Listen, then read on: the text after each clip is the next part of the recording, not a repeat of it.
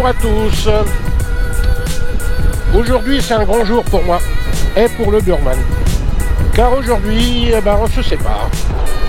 Donc voilà, avec 22 mois passés en sa compagnie, m'a toujours été d'une fiabilité exemplaire. Il a parcouru 40 000 km. On a fait à peu près tous les cols des Alpes, pas mal de balades en France.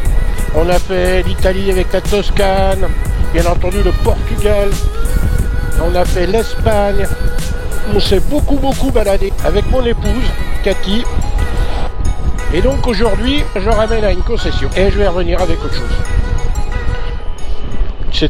Pour moi, c'est le meilleur des gros scouts GT avec énormément de place sous la selle. Avec, moi j'ai mis un gros top case avec une sacoche de selle. Il y a des rangements devant sur tous les côtés, comme je vous avais montré dans une vidéo précédente. Donc ça c'est bien. De ce côté-là, c'est très bien. C'est fiable. Ça freine bien. Le comportement est à peu près correct. Donc c'est pas une S1000 RR, c'est pas une machine de course, hein, mais c'est largement suffisant pour se balader. C'est très bien. Bon, il passe pas la flèche, mais alors.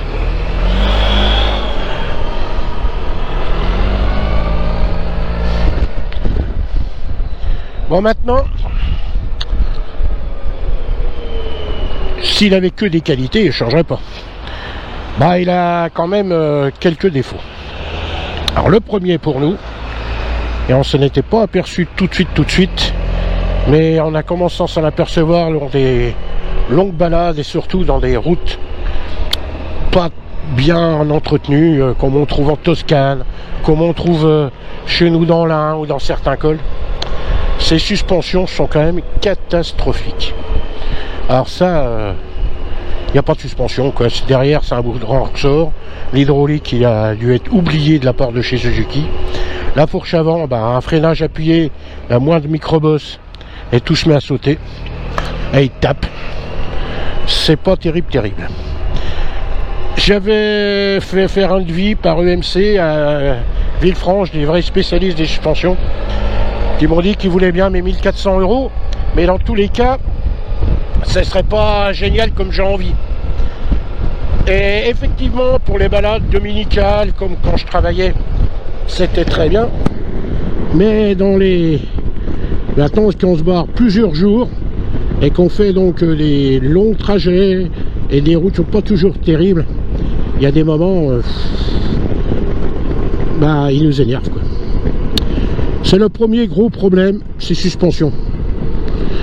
Deuxième problème, mais là, c'est inhérent à la cylindrée et au Burman. C'est pas très puissant pour le poids qu'il fait. Alors, il fait 275 kg, on va dire 280 kg avec de l'essence.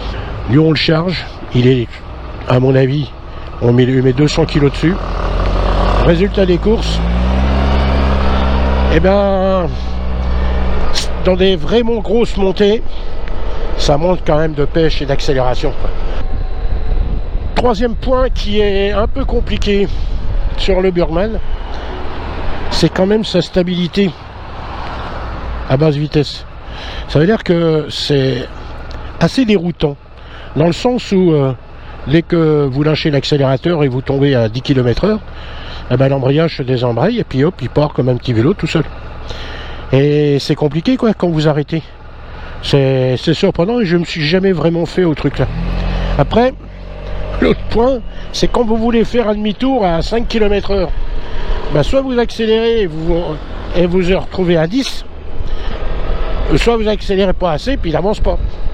Ce qui fait qu'en fin de compte, il faut serrer le frein arrière et accélérer un peu pour le faire embrayer et qu'il peine un peu. Et comme ça, vous avancez à 5 à l'heure pour pouvoir faire un demi-tour. Donc c'est pas facile, c'est toute une mécanique à apprendre et franchement, ça m'a toujours gonflé. Mais sinon, là, comme là, le long de la Saône, là, au nord de Lyon, c'est sympa. Et le dernier point sur lequel... Voilà. Dernier point, c'est que maintenant, bien entendu, entre le moment où je l'ai acheté, où je travaillais, Et donc c'était plutôt pour des sorties dominicales ou des vacances d'une semaine maximum, quoi, parce qu'on prenait plusieurs vacances d'une semaine par an. Maintenant, on n'est plus du tout dans le même monde. Je suis en retraite. Et donc moi, j'ai envie de faire des vacances, mais des vacances partir 2-3 mois.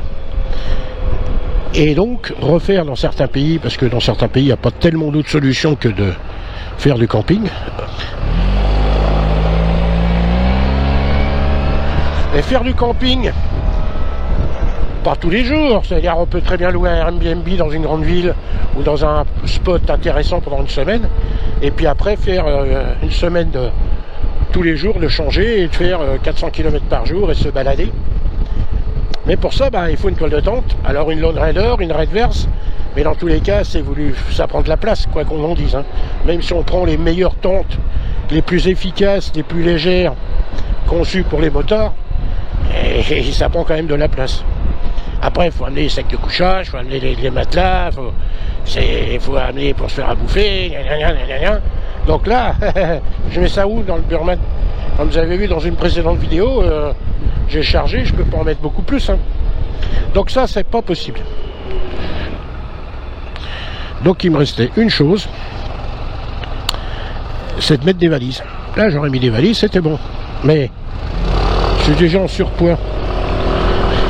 Sans rien de tout ça, alors qu'est-ce que je dis si on met des valises? Ça pourrait plus... Alors d'autres personnes ont trouvé une solution, c'est de lui accrocher une remorque. Lui accrocher une remorque, et comme ça, il n'y a plus de poids sur le Burman, le poids de la remorque. On fait des remorques maintenant qui arrivent à charger une vingtaine de kilos. C'est très bien, on met une toile de tente, on met tout nécessaire de camping. Et ça prend pas de place, ça alourdit pas le scoot, c'est bien. Faut la tirer quand même, la charrette. Alors si vous faites des montagnes, des cols, puis que vous tirez une charrette, et que le Burman il est déjà 450 kg, et vous tirez encore 50 kg derrière, il faut pas imaginer que ça va marcher. Hein. Donc, et puis ça me plaisait pas trop de faire une charrette derrière. Je pense que c'est assez dangereux. C'est pas ce que je me fais de l'esprit motard, et donc ça ne me plaisait pas. Donc on a vendu le Burman pour acheter autre chose de tout neuf que nous allons aller chercher. Et donc on a pris quelque chose qui est un gros GT, mais pas un GT de route. Ça veut dire une GT trail, que je puisse mettre des grosses valises carrées pour pouvoir mettre au-dessus tout le nécessaire de camping, et que nous soyons prêts à faire des grandes balades. Donc là, je vais aller le ramener, on va bientôt arriver à Dardilly, et on va prendre autre chose. Et dans la suite de la vidéo, vous allez voir ce qu'on a pris.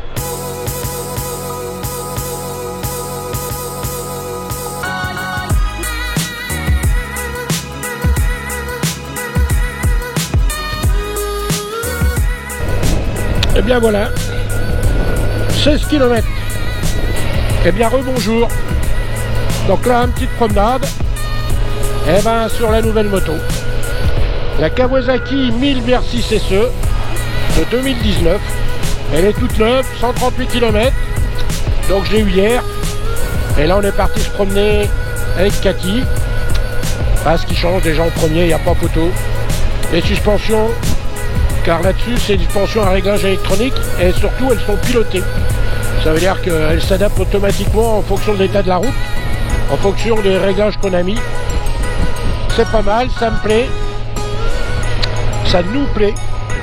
Alors il n'y a pas encore tout d'installé, hein. Vous voyez, le GPS il est planqué là, parce que j'ai avoir un support là, mais je vais le recevoir dans la semaine ou début de semaine prochaine. J'ai commandé en Angleterre.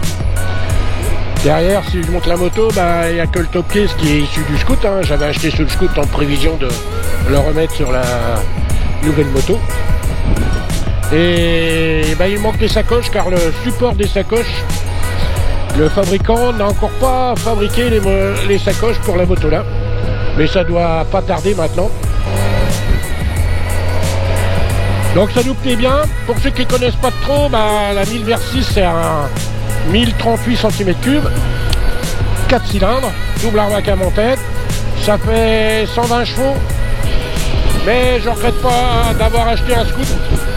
Ça nous a permis de rouler pendant près de 2 ans avec des belles balades. Mais maintenant, quand on est en retraite, eh ben, on va aller beaucoup plus loin et beaucoup plus chargé. Et donc il nous fallait un autre véhicule. Et ben, après plusieurs essais de plusieurs motos, et ben, c'est la moto là qui a gagné. Vous voyez là, je suis à 105, on n'est même pas à 4000 tours. Ce qui fait que... Mais on l'a pas acheté pour la puissance. Hein. On l'a acheté parce que ça nous convenait. Elle est full LED, alors là, quand on est en plein port, il y a 4 lampes à l'avant qui crachent. C'est pas mal du tout. Elle a aussi quelque chose de très intéressant pour ceux qui roulent de nuit, c'est qu'elle est des forces du virage. C'est-à-dire que quand on commence à pencher dans un virage, eh ben, il y a des LED qui sont dans le fond du carénage qui s'allument pour éclairer le milieu du virage. On est très content, c'est notre première grosse balade. On va revenir ce soir avec pas mal de kilomètres en plus. Et ben maintenant je vous dirai de continuer à regarder notre chaîne. On va continuer à faire des vidéos de balade. Donc ici on est en Isère. On va se rapprocher de la Drôme.